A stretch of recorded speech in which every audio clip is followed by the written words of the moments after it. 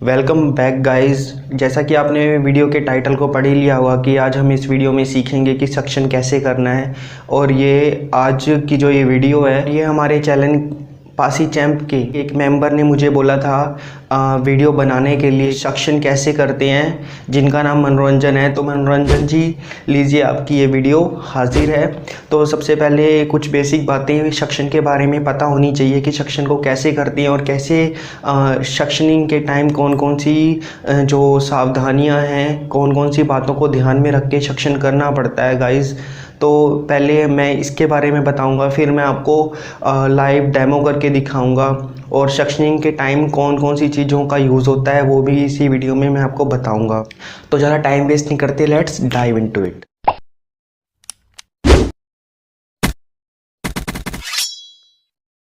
तो सबसे पहले हम बात करते हैं कि सक्शन के टाइम किस किस बातों का ध्यान रखना चाहिए और कौन कौन सी जो सावधानियां वो बरतनी चाहिए।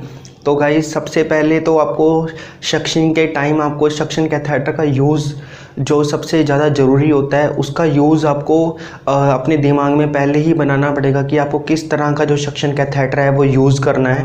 दूसरी बात ये, सक्शन के टाइम बिल्कुल आपने स्टेरिलाइजेशन जो प्रोसीजर है उसको बनाए रखना है, क्योंकि ये एक सोर्स है पेशेंट के अंदर इन्फेक्शन जाने का। ट्रैकियोस्टमी डली होती है पेशेंट को, या पेशेंट को एंडोट्रैकिया ट्यूब डली होती है। पेशेंट की जो हालत है वो गाइस रियली सिक ही होती है और ज़्यादातर पेशेंट आपको कोमा में मिलेंगे। तो ये जो सक्शनिंग है ये अगर आप अच्छे से नहीं करेंगे तो पेशेंट को इन्फेक्शन हो सकता है। अगर आप स्टेरलाइज तरीके से जो प्रोसीजर है उससे नहीं फॉलो करेंगे तो सक्शन से इन्फेक्शन हो जाएगा। मैं आपको सक्शन के बारे में शुरू से ही प्रोसीजर बताता हूँ कि आपको सक्शनिंग के टाइम किन किन चीज़ों की ज़रूरत पड़ेगी। तो सबसे पहले आपको NS 0.9% 500 या 100 ml की जो बोतल होती है वो आपको चाहिए होगी, जो ड्रिप में यूज़ करते हैं नॉर्मल सलाइन 100 ml या 500 ml का। और सक्शन कैथेटर चाहिए होगा, एक सर्जिकल ग्लव्स चाहिए होगा, साथ में असिस्ट कराने के लिए आपको एक बंदे की ज़रूरत होगी जो आपको असिस्ट कराएगा, जो आपको सामान वगैरह पकड़ाएगा। तो आपको दूसरे स्टाफ की ज़रूरत होगी, नर्सिंग स्टाफ हो या नर्स हो, या आप घर में प्रोसीजर कर रहे हैं तो आपको एक बंदे की ज़रूरत होगी जो आपको सामान पकड़ा सके। साथ ही आपको एक गॉज पीस की ज़रूरत पड़ेगी सक्शनिंग के टाइम में, और जो आपको असिस्ट करा रहा है उसके लिए आपको भी एक जो सर्जिकल ग्लव्स, स्टेरिलाइज्ड ग्लव्स की ज़रूरत पड़ेगी। तो इन सभी चीज़ों की आपको ज़रूरत है। साथ में आपको एक सक्शन मशीन की ज़रूरत होगी। अगर आप हॉस्पिटल में कर रहे हैं तो वहाँ पर तो सक्शन मशीन अवेलेबल होती ही है ऑफकोर्स। बस इन चीज़ों की ज़रूरत होती है। तो अब मैं आपको प्रोसीजर बताता हूँ कि सक्शनिंग कैसे करते हैं, उसके बाद मैं आपको लाइव डेमो करके दिखाऊंगा। तो प्रोसीजर ये है कि गाइस, आपने जो आप असिस्ट करा रहा है उसको आपने दूसरी साइड में रखना है और बीच में पेशेंट को रखना है। और पहले आपने सर्जिकल ग्लव्स पहनने हैं। तो जो ट्रैकियोस्टमी का सक्शन करेगा उसने स्टेरिलाइज ग्लव्स पहनने हैं, और जो दूसरा है वो वेंटिलेटर हटाएगा या जो ट्रैकियोस्टमी का फ़िल्टर होता है उसको हटाना है। और आपने जो सक्शन करना है सक्शन कैथेटर से, वो सक्शन कैथेटर जो है 7 से 12 सेंटीमीटर से ज़्यादा डीप नहीं जाना चाहिए, क्योंकि अगर वो डीप अंदर जाएगा तो हो सकता है कि जो वो ब्रोंकस को इंजर्ड कर दे और अंदर की इंजरी हो जाए। तो सक्शनिंग के टाइम ये बहुत ही ज़्यादा ध्यान देने वाली बात है कि आप इंटरनल पार्ट को इंजर्ड ना कर दें और इंटरनल ब्लीडिंग ना हो जाए, वरना पेशेंट की जो है हालत वो काफ़ी ख़राब हो जाएगी। और गाइस, मैं आपको बोलना नहीं चाहता लेकिन ये एक आम प्रोसीजर नहीं है, इसके लिए आपको बहुत ही ज़्यादा सावधानी बरतनी पड़ेगी सक्शनिंग के टाइम। आपने जब सक्शन करना है तो उसको रोटेटिंग मोशन में करना है, जैसा मैं आपको लाइव डेमो में करके दिखाऊंगा। तो आप वीडियो को लास्ट तक ज़रूर देखें। तो सक्शनिंग के टाइम आपने 7 से 12 सेंटीमीटर तक सक्शन कैथेटर को अंदर डालना है अगर ट्रैकियोस्टमी का कर रहे हैं सक्शन, और 18 से 22 तक सेंटीमीटर तक आप एंडोट्रैकिया ट्यूब का सक्शन कर रहे हैं तो आप डाल सकते हैं। वो आपको देखना पड़ेगा कि जो रिफ्लेक्स है पेशेंट का कब आ रहा है। पेशेंट को मैं आपको रिफ्लेक्स भी आपको दिखाऊंगा कि सक्शनिंग के टाइम कैसे आता है और आप कहाँ तक उसको सक्शन जो है कर सकते हैं। सक्शन कैथेटर अगर आप थंब कंट्रोल यूज़ कर रहे हैं तो आपको थंब जो है सक्शन कैथेटर जब अंदर जाता है ट्यूब के, एंडोट्रैकिया ट्यूब हो या फिर एटी ट्यूब हो, जो भी है, तो उसमें वैक्यूम प्रेशर तब नहीं बनाना होता जब अंदर डाल रहे हैं। बाहर निकालते टाइम जो है आपने वैक्यूम प्रेशर बनाना है। वो मैं आपको करके दिखाऊंगा लाइव डेमो में, तो आप वीडियो को जो है लास्ट तक ज़रूर देखें। और गाइज़ ये छोटी छोटी बातें हैं जो आपको ध्यान देने वाली हैं। और जो सक्शनिंग का जो पोजीशन होती है वो आपने सेमी फोलर पोजीशन या फोलर पोजीशन आप रख सकते हैं अगर पेशेंट बिल्कुल ही ज़्यादा कंफर्टेबल है। लेकिन मैं आपको रेकमेंड करूँगा कि जो है पेशेंट की पोजीशन है वो सुपाइन हो, बिल्कुल फ्लैट लेटा हो पेशेंट। थोड़ा सा एलिवेट कर सकते हैं, और अगर आप फ्लैट रखते हैं तो काफ़ी अच्छा रहेगा पेशेंट को सक्शन करने के लिए।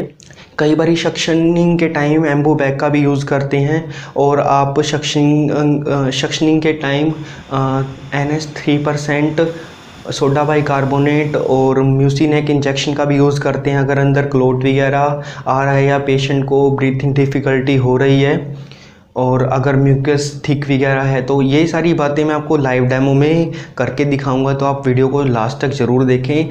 तो चलिए गाइस, अब ज़्यादा टाइम वेस्ट नहीं करते, हम सीधा अपनी लाइव डेमो पर आते हैं। तो चलिए गाइस शुरू करते हैं। पहले हम लोग सक्शन कैथेटर को देख लेते हैं। ये होता है T connector type suction catheter, और ये है Y connector type suction catheter. और गाइस ये जो थंब कंट्रोल्ड हैं दोनों के दोनों सक्शन कैथेटर, टी टाइप और वाई टाइप, और इनका ही यूज़ हम ज़्यादा करते हैं आजकल। ये है प्लेन सक्शन कैथेटर, और आज हम इस वीडियो में मैं आपको बताऊंगा कि प्लेन सक्शन कैथेटर को आप कैसे जो है थंब कंट्रोल सक्शन कैथेटर बना सकते हैं। तो आप देख सकते हैं कि ये FG फिगर गोज इसका गेज इसका है 14, और ये तीनों के तीनों जो हैं सक्शन कैथेटर ये 14 नंबर के हैं। और कॉस्टली वाइज देखिए जाए तो जो प्लेन सक्शन कैथेटर हैं वो थोड़े चीप मिलते हैं इन दोनों के मुकाबले। जो वाई टाइप है वो मिडल रेंज में आता है, और सबसे ज़्यादा महंगा टी टाइप सक्शन कैथेटर है थंब कंट्रोल्ड। ओके गाइस, तो ये थे हमारे सक्शन कैथेटर्स। तो सक्शन के लिए हमें चाहिए 100 ml NS या 500 ml NS 0.9%, जैसा कि आप अपनी स्क्रीन पर देख ही रहे हैं। मैं इस 500 ml का यूज़ करूँगा। ये है 1 cc और ये है 5 cc डिस्पोजल सिरिंज। ये है सोडा बाइकार्बोनेट इंजेक्शन है गाइस ये, और ये है एग्ज़ामिनेशन ग्लव्स 7 नंबर का। ये है गोज़, अगर म्यूकस बाहर आता है तो उसको साफ़ करने के लिए। और ये ऑफ कोर्स हमारे जो सक्शन कैथेटर्स हैं तीनों के तीनों, ये टी टाइप और ये प्लेन सक्शन कैथेटर। तो गाइस सक्शन करने के लिए इन सारी चीज़ों की ज़रूरत होती है, तो आपने पहले ही इन सारी चीज़ों का जो है अरेंजमेंट करके रखना है। और जो हॉस्पिटल में सक्शन मशीन जो होती है वो इस तरह का कुछ पंप लगा होता है हॉस्पिटल में, और अभी ये ऑफ़ पड़ी है जैसा आप देख सकते हैं। इसको ऑन करने के लिए इस बटन को नीचे पुश करना पड़ेगा और यहाँ पर ये प्रेशर बन जाएगा। यहाँ से आप जो है वैक्यूम प्रेशर को कंट्रोल कर सकते हैं। और सक्शन मशीन की दूसरी वीडियो मैंने अपने चैनल पर डाल रखी है, आप चाहें तो उसको देख सकते हैं। तो जो इसका प्रेशर है वो गाइस 80 से 120 के बीच में होना चाहिए। 80 to 120 mmHg प्रेशर होना चाहिए।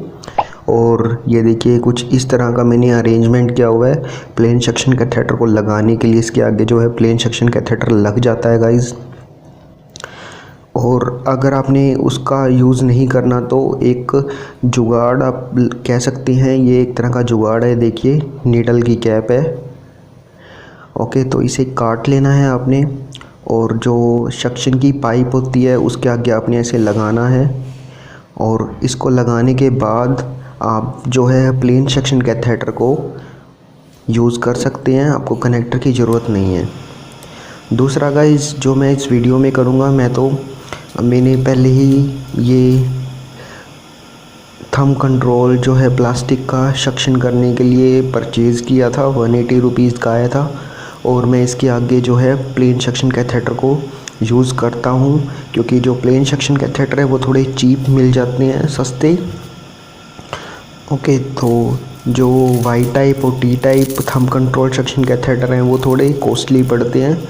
तो आप एक बार इसे परचेज़ करके प्लेन सक्शन कैथेटर को इसके आगे जो है लगा सकते हैं।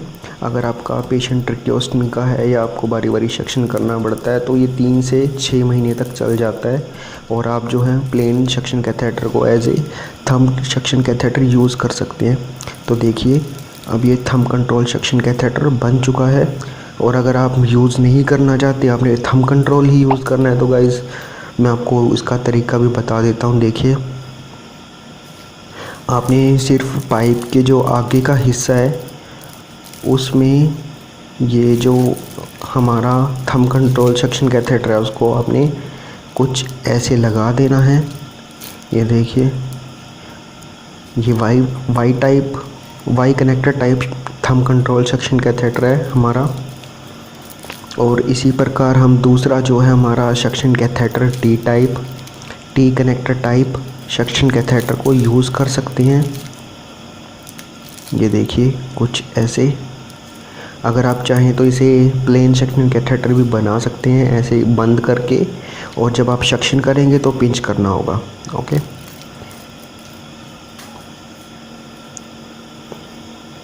ओके गाइस, तो मैं तो मेरे जिस हिसाब से मैं सक्शन करूँगा उस हिसाब से ही मैं यूज़ कर रहा हूँ इसे। तो सारा अरेंजमेंट मैंने कर दिया है, सक्शन करने के लिए मैंने सारा सामान खोल दिया है। ओके, तो टाइम गाइस, जो सक्शन करने के लिए सबसे इम्पोर्टेंट चीज़ होती है टाइम।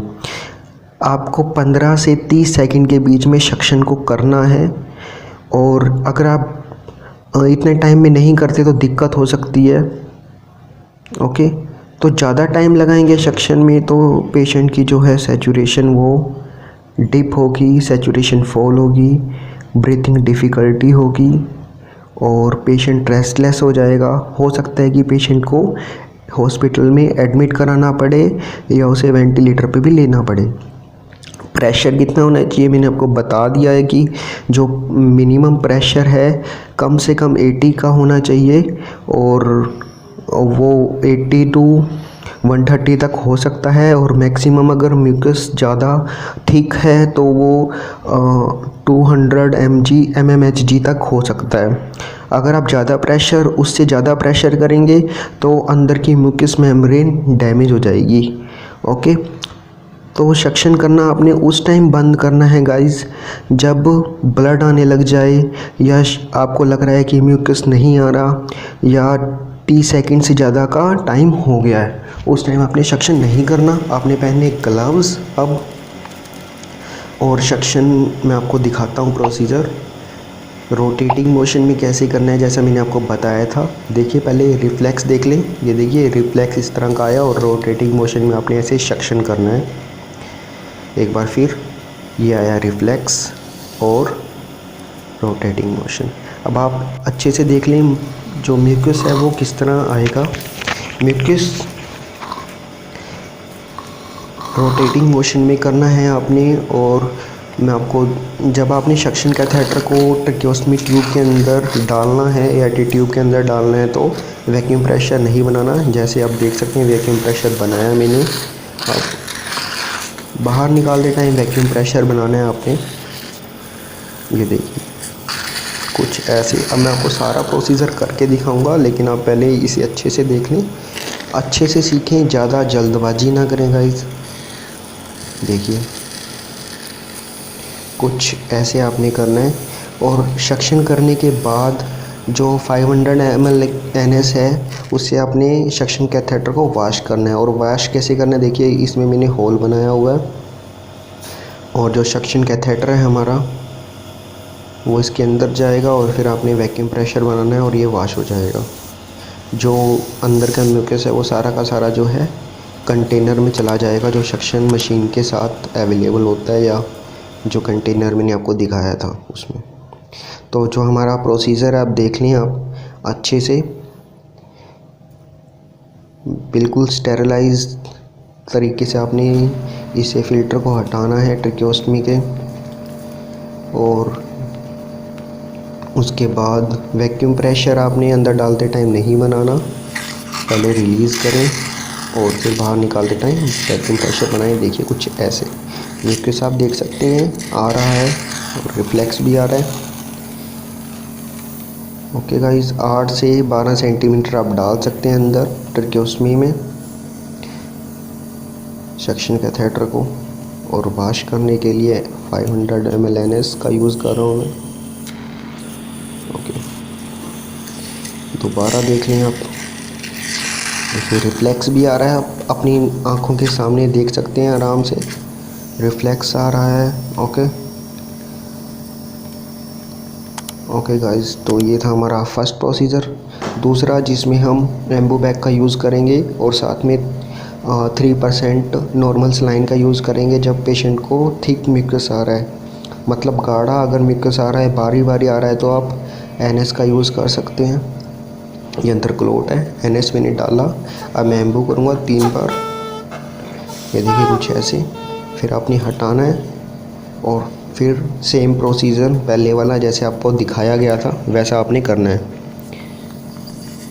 ये देखिए कुछ ऐसा रिफ्लेक्स आने के बाद रोटेटिंग मोशन और पीछे बाहर निकालना है अपने वैक्यूम प्रेशर बना के। म्यूकस आप देख सकते हैं पहले से थोड़ा थिन हो गया है। और फिर NS से आपने करना है वॉश, रोटेटिंग मोशन से बाहर वैक्यूम प्रेशर बनाना है। ओके गाइस, आई होप आपको ये वीडियो पसंद आया हो।